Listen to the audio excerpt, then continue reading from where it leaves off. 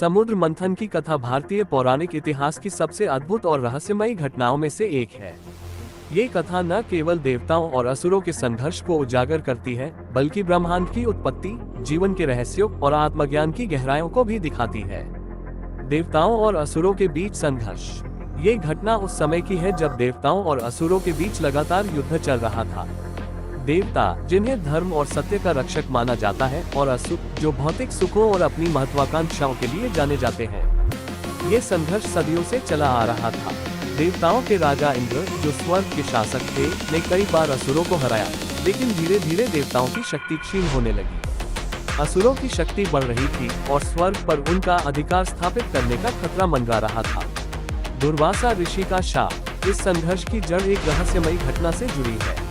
कहते हैं कि एक बार दुर्वासा ऋषि, जो अपने क्रोध और तपस्या के लिए विख्यात थे, इंद्र से मिलने स्वर्ग पहुंचे। उनके हाथों में एक दिव्य माला थी, जिसे उन्होंने इंद्र को उपहार स्वरूप दिया। लेकिन इंद्र अपने अभिमान में चूर उस माला का अपमान करते हुए उसे ऐरावत हाथी की सूंड पर डाल दिया। ऐरावत ने वह माला जमीन पर फेंक दी। दुर्वासा ऋषि इस अपमान से क्रोधित हो गए और इंद्र तथा समस्त देवताओं को शाप दे दिया कि उनकी शक्ति और वैभव समाप्त हो जाएगा। इस शाप के प्रभाव से देवता कमजोर हो गए और असुरों के सामने पराजित होने लगे। भगवान विष्णु का मार्गदर्शन। देवताओं ने इस संकट से उबरने के लिए ब्रह्मा जी की शरण ली। ब्रह्मा जी ने उन्हें भगवान विष्णु के पास जाने की सलाह दी। जब देवता भगवान विष्णु के पास पहुंचे तो विष्णु जी ने उन्हें समुद्र मंथन का सुझाव दिया। भगवान विष्णु ने कहा, समुद्र मंथन से अमृत प्रकट होगा, जो देवताओं को अजर अमर बना देगा और उनकी शक्ति को पुनः स्थापित करेगा। लेकिन इस कार्य में असुरों का सहयोग आवश्यक होगा, क्योंकि मंथन के लिए बड़ी शक्ति की आवश्यकता है। समुद्र मंथन का रहस्यमय उद्देश्य। यहाँ एक गहरा रहस्य छिपा हुआ है। समुद्र मंथन का उद्देश्य केवल अमृत प्राप्त करना नहीं था, बल्कि ये देवताओं और असुरों के बीच संतुलन स्थापित करने का भी माध्यम था। यह मंथन ब्रह्मांड के अदृश्य रहस्यों को प्रकट करने और मानव जीवन के लिए महत्वपूर्ण शिक्षाएं देने का एक प्रतीकात्मक प्रयास था। देवताओं और असुरों का समझौता। देवताओं ने असुरों के पास जाकर समुद्र मंथन में सहयोग का प्रस्ताव रखा। असुरों को ये सुनकर उत्साह हुआ, क्योंकि वे भी अमृत प्राप्त करके अमर होना चाहते थे। लेकिन उन्हें यह नहीं पता था कि भगवान विष्णु ने एक गहरी योजना बनाई है। असुरों ने प्रस्ताव स्वीकार कर लिया और मंथन के लिए आवश्यक सामग्री जुटाने की तैयारी शुरू हुई। सागर के रहस्यमयी महत्व। मंथन के लिए क्षीरसागर को चुना गया। यह कोई साधारण सागर नहीं था। इसे ब्रह्मांड का केंद्र माना जाता है, जहां सभी रहस्यमय शक्तियां और दिव्य तत्व समाहित हैं।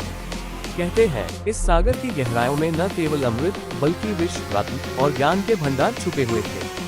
मंथन की चुनौती। समुद्र मंथन केवल एक सामान्य प्रक्रिया नहीं थी। इसके लिए एक विशाल पर्वत, मंदराचल को मथनी के रूप में और वासुकी नाग को रस्सी के रूप में उपयोग किया जाना था। लेकिन ये सब करना आसान नहीं था। मंदराचल पर्वत इतना विशाल और भारी था कि उसे समुद्र तक लाने के लिए भगवान विष्णु ने अपनी दिव्य शक्ति का प्रयोग किया। ये पर्वत देवताओं और असुरों की संयुक्त शक्ति के लिए भी एक चुनौती था। वासुकी नाग का चयन। मंथन के लिए रस्सी की आवश्यकता थी और इसके लिए वासुकी नाग का चयन किया गया।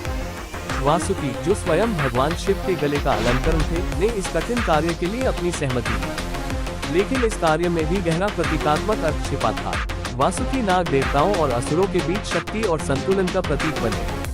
लेकिन यह मंथन केवल भौतिक तत्वों को उजागर करने का माध्यम नहीं था, बल्कि यह हमारे भीतर छिपे दोषों और गुणों को प्रकट करने का भी प्रतीक था। यहाँ से समुद्र मंथन की प्रक्रिया आरंभ होती है। यह मंथन न केवल ब्रह्मांडीय शक्तियों को उजागर करेगा, बल्कि मानव जीवन के लिए महत्वपूर्ण संदेश और आध्यात्मिक ज्ञान भी प्रदान करेगा। अगले अध्याय में देखिए, मंथन की प्रक्रिया और विष का प्रकट होना।